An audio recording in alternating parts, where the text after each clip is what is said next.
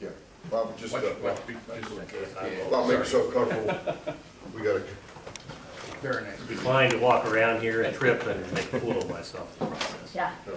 Bob and I go way back, and I told Bob, they gave me this secret pass to get in, and I keep getting lost. I think I'm just gonna use the front door.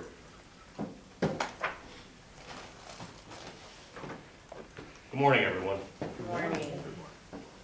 It was just short. We have one in the restroom. Yeah. I promised my commissioners a 3-minute break, I didn't give it to them, Fair enough.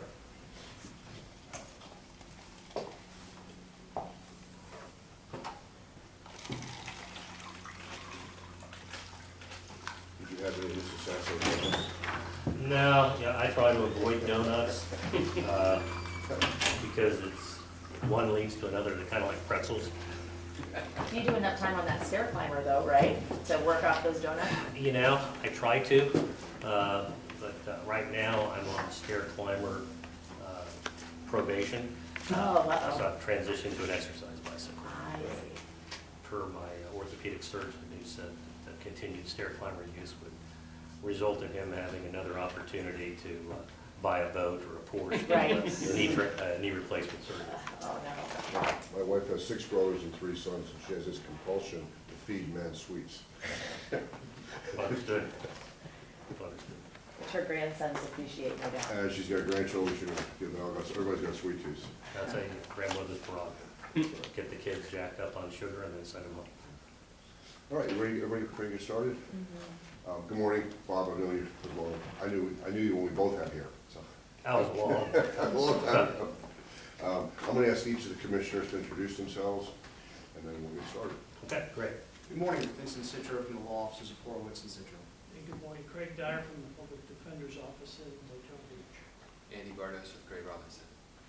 I'm still me. Good morning, Brett Renton with Schultz and Bone in Orlando.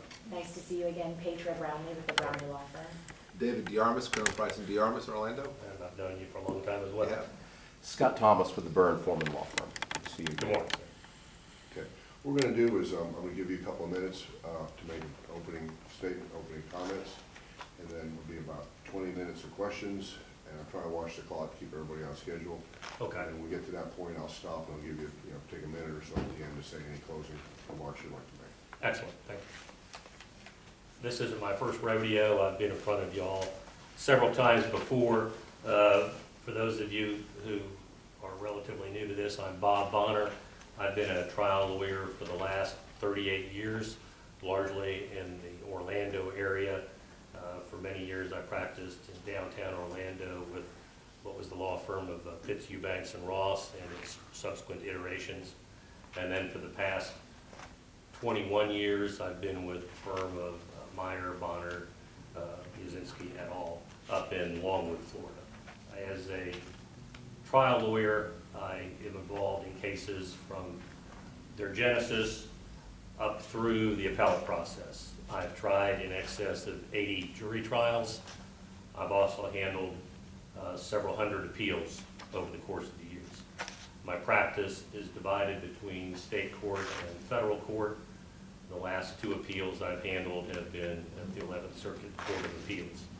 I believe as a trial lawyer with 38 years of experience, I have a wealth of knowledge, and not just knowledge, but experiential knowledge that I would bring to the appellate bench. And as a perspective of a practitioner, I believe that is something that is needed at the appellate bench. Thank you. Good morning, Mr. Bonner. You just talked a little bit about your career, and it is a distinguished career. Could you identify for us in particular one case that you were involved in that was personally gratifying for you to have participated in, and explain why that was an especially gratifying case for you? Probably the Messer case versus Scholl Equipment Company. It was gratifying for several reasons. One reason was my opposing counsel was Skip Dalton, for whom I have a great deal of respect. I've had several trials against Mr. Dalton before he went to the bench. He's probably the absolute best opposing counsel I've ever tried a case against.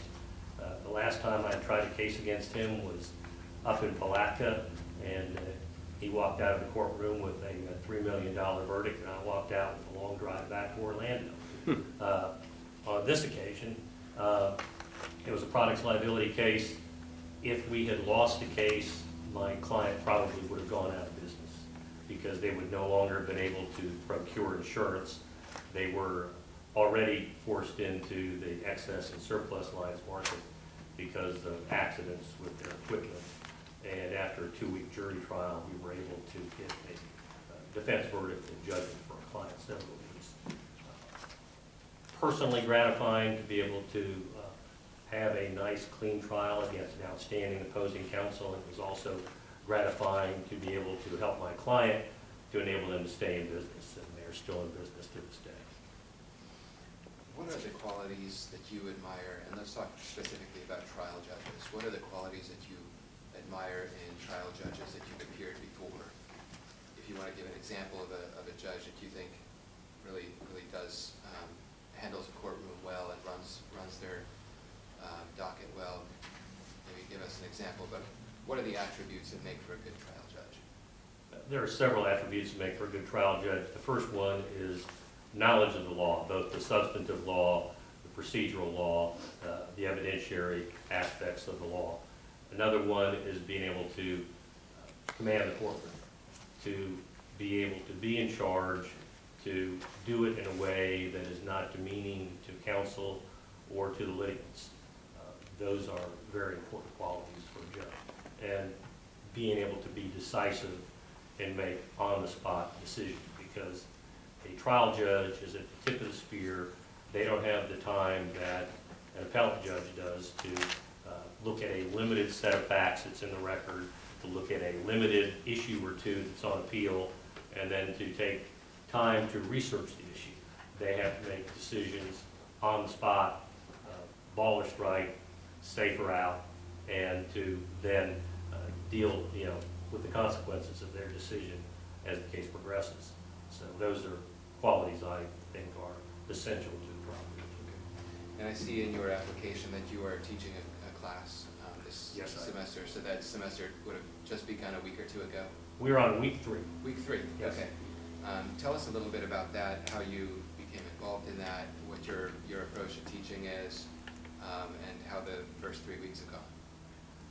I was asked by Mitchell Frank, who's a professor out there, to get involved. I've known Mitch since law school at the University of Florida, and I'm sure he will not admit to this, but I first met him when he broke my nose playing flag football.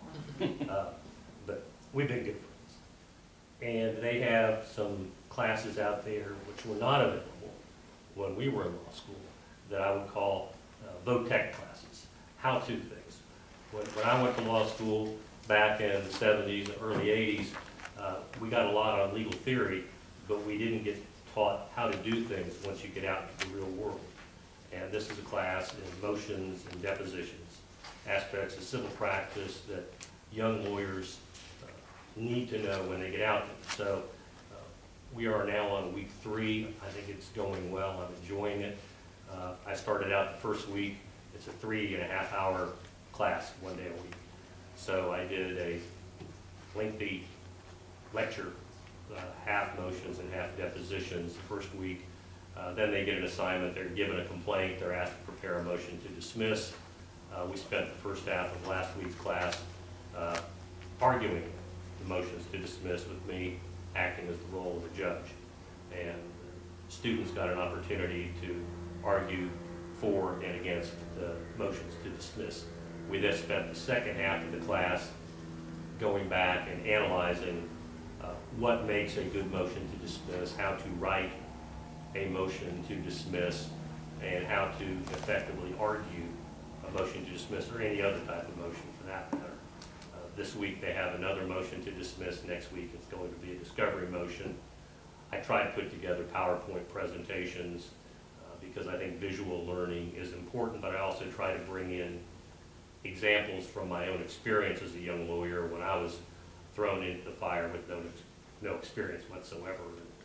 The form of teaching was mostly in the way of a tongue lashing from a senior partner after the assignment was done, as opposed to some guidance on how to do it properly beforehand.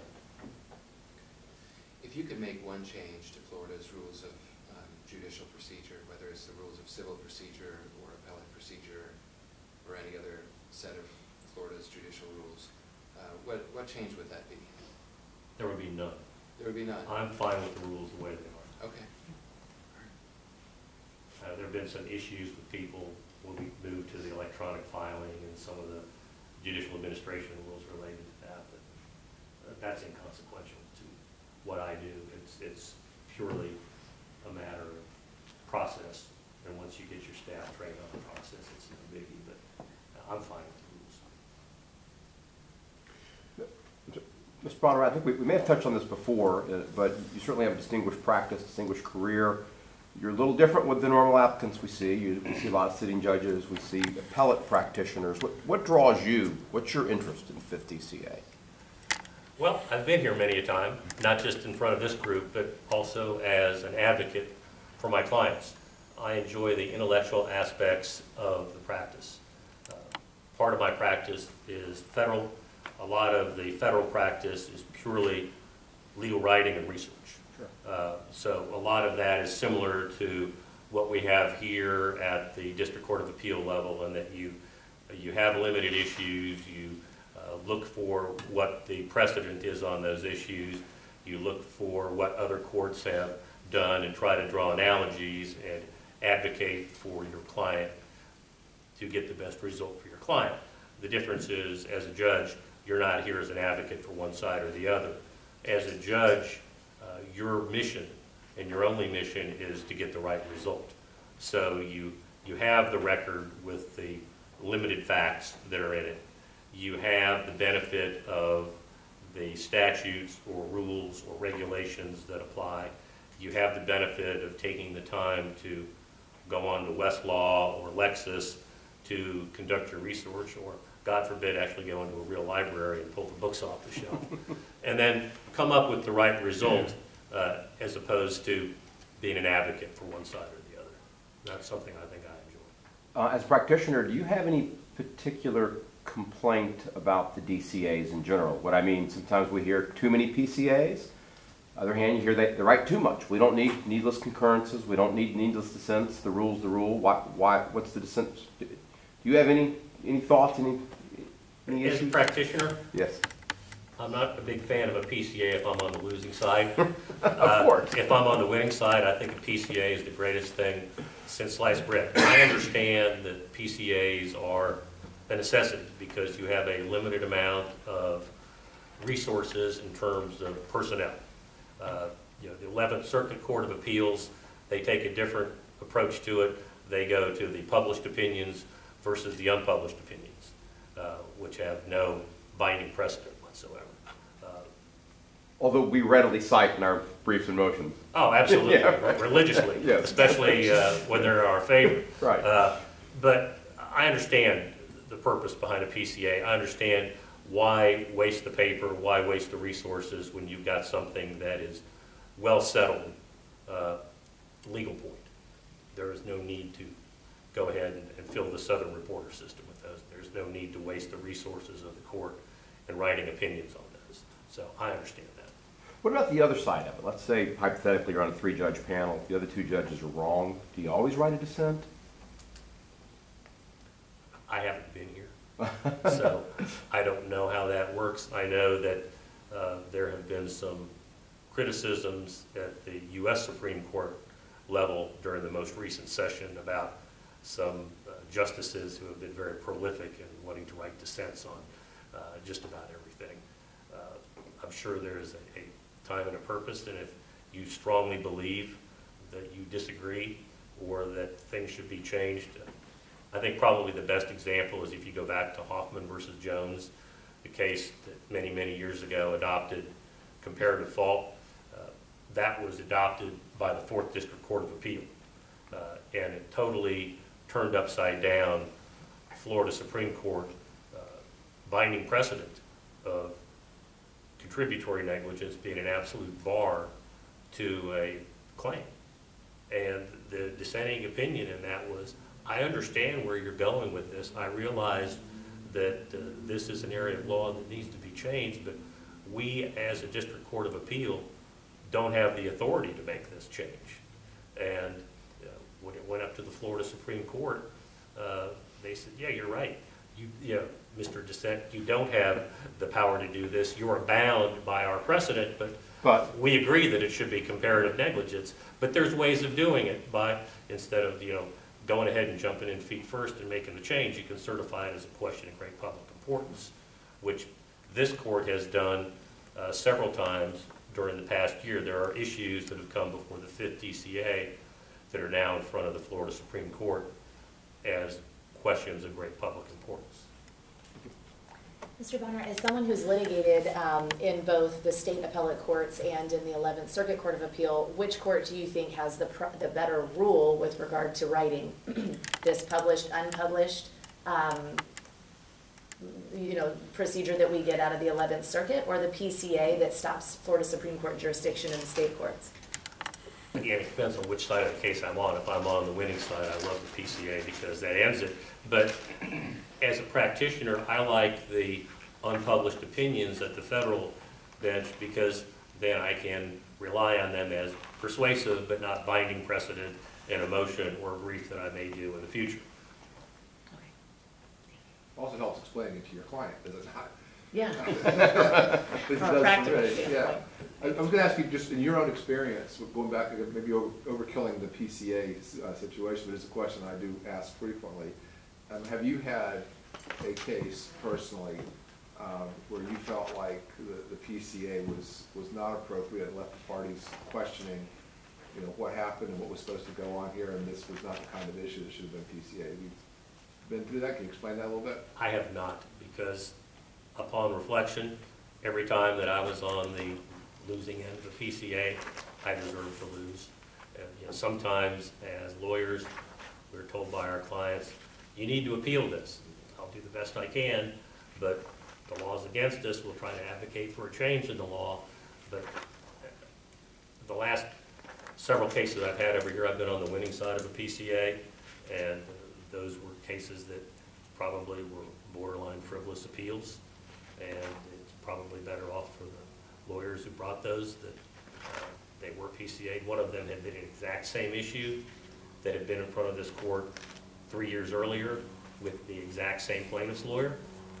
And when we had the oral argument, 2 of the judges who sat on the previous case were on the panel, and they started with the rhetorical question, gee, it's a shame we don't know who was on that previous panel so we could ask them how they came to that conclusion. And, it unraveled quickly after that. Yeah, it's a fun little argument. It's one where you really don't have to argue much if you're the appellee. Yeah. If you were an appellate judge,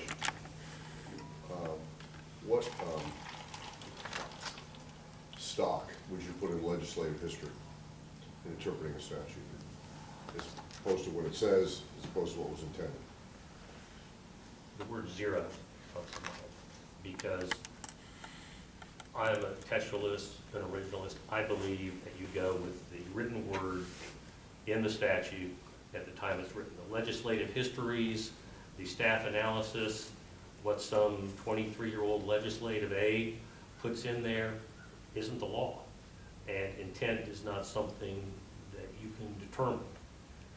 So I would put 0 stock in legislative history. That's just me. How about white papers? Yeah, Same? same. What about constitutional amendments proposed by citizen initiative? How would you go about interpreting those? I know that has been a, excuse me, an issue that has received a lot of traction in the press lately. The amendments last year, I know there were a lot of issues pertaining to bundling and putting multiple issues in the same thing. I think you would have to take a close look again at the language of the amendment itself and not so much on the blurb that's put on the ballot. So given your experience, half federal, half state, and that you're still a practitioner, what, if anything, from that federal experience do you think needs to be brought to the 5th DCA if you were appointed to the position? Excuse me. They are separate entities. I respect the way they do things on the federal side, but I also respect the way they do things on the state side. And the only real difference at the appellate level is the unpublished opinion versus the PCA.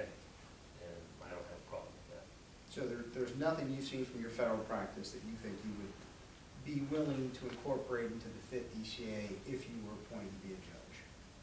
The things that I've learned from my federal practice pertain to the value of doing thorough research and doing top-notch writing based on that research. I would apply that if I was on the bench to any opinions that I would be asked to write. But in terms of the judges are no different than the judges at the 5th DCA, other than the fact they're appointed for life. So you, And some of them well into the life. I had an oral argument 3 weeks ago, and Judge Joe Flatt was on the panel, and I think he's somewhere around 90. So that's a good, I think, 15 years beyond the statutory limit here in Florida. you mentioned Judge Dalton earlier about losing the case to him, and yet I noticed you didn't list him as a reference. Why not? I did not list him as a reference because I thought I had plenty of other references that were on there. Yeah, Judge Grand, who was the last judge I tried a case in front of in federal court on there, and a number of practitioners, but feel free to give them a call. I know that you've applied to this, for this court as well as for federal magistrate position Yes. over Yes. the last several years. Yes. I'm curious, what have you done or learned from that experience that maybe has changed you or your approach in this process of these applications? I've learned that there are a number of things that I can't control. And I've also learned that there are a number of outstanding candidates out there. And my dad taught me a long time ago, you don't give up. So just what did I do wrong? What did I do right? How can I do better the next time? Are questions I always ask myself, whether it's related to a trial or the result of an appeal or something of this nature. So you try to do a little bit of introspection and see what you can do different the next time. Are you, as part of your underlying practice, do you keep up with the new cases that are being published, Florida Law Weekly, that type of issues? I go to the court's websites, Okay. 5th DCA Fridays, although they didn't have opinions last Friday, no doubt because of the hurricane that never came. The 2nd, 3rd, and 4th on Wednesdays, the 1st whenever they feel like it, and the Supreme Court on Thursdays. So I try to read those. In all honesty, I don't pay a great deal of attention to the criminal cases because I don't do criminal law, although there are some aspects of criminal law that impact my federal practice, like Fourth Amendment search and seizure issues.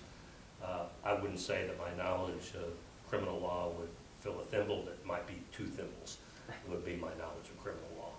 But I do look at the civil cases and pay particular note to the civil cases that impact my practice. Is there any really cases that have come out recently in your review that really stand out to you as either, man, that looks like something I would write, or wow, I was really impressed by that reasoning or rationale, or wow, that's really great writing? And then is there any, as a follow-up question, I'll throw them both to you, is there any that you've read that you've just said, wow, what was that court doing? There have been none of those. One of the more interesting cases that I've been following was Yunkin versus Blackwelder, which was decided here at the 5th. That dealt with whether the aspects of Worley, the Supreme Court decision that prevent discovery into the financial relationships between the plaintiff's counsel and the treating doctor should also apply to the relationships between defense counsel and the CME physicians. And the court, I think, got it right in that they said, you know, we can't say that it does because Worley did not explicitly overrule Boucher, but we are certifying this as a question of great public importance to the Florida Supreme Court, and the case is now in front of the Florida Supreme Court along with one other case from the 5th DCA where they reached the same result. Right. Mr. Bonner, just pure morbid curiosity. Sure. Your writing sample, the motion dismissed for fraud on the court. Was the motion granted? Case settled for pennies on the dollar shortly after that motion was filed. I have a pending one, that's why I was just curious. Those are kind of 50-50. It all depends on the judge. Anybody else? Okay. Thank you for coming. Anything you'd like to add? Just, I would like to reiterate that as a judge, it would be my job, my responsibility to make sure that the right result was reached, and I would do my utmost to make sure that I always reached the right result if I were fortunate enough to be appointed to the bench. Thank you. Thank you. Thank you, Bob. Straight out. As opposed to. I'd still be wandering the catacombs by 5 o'clock this afternoon. Yeah, I'm gonna start using that door myself. Y'all have a good day. Nice to see you, Thank Bob. you. Thank you. Thank you.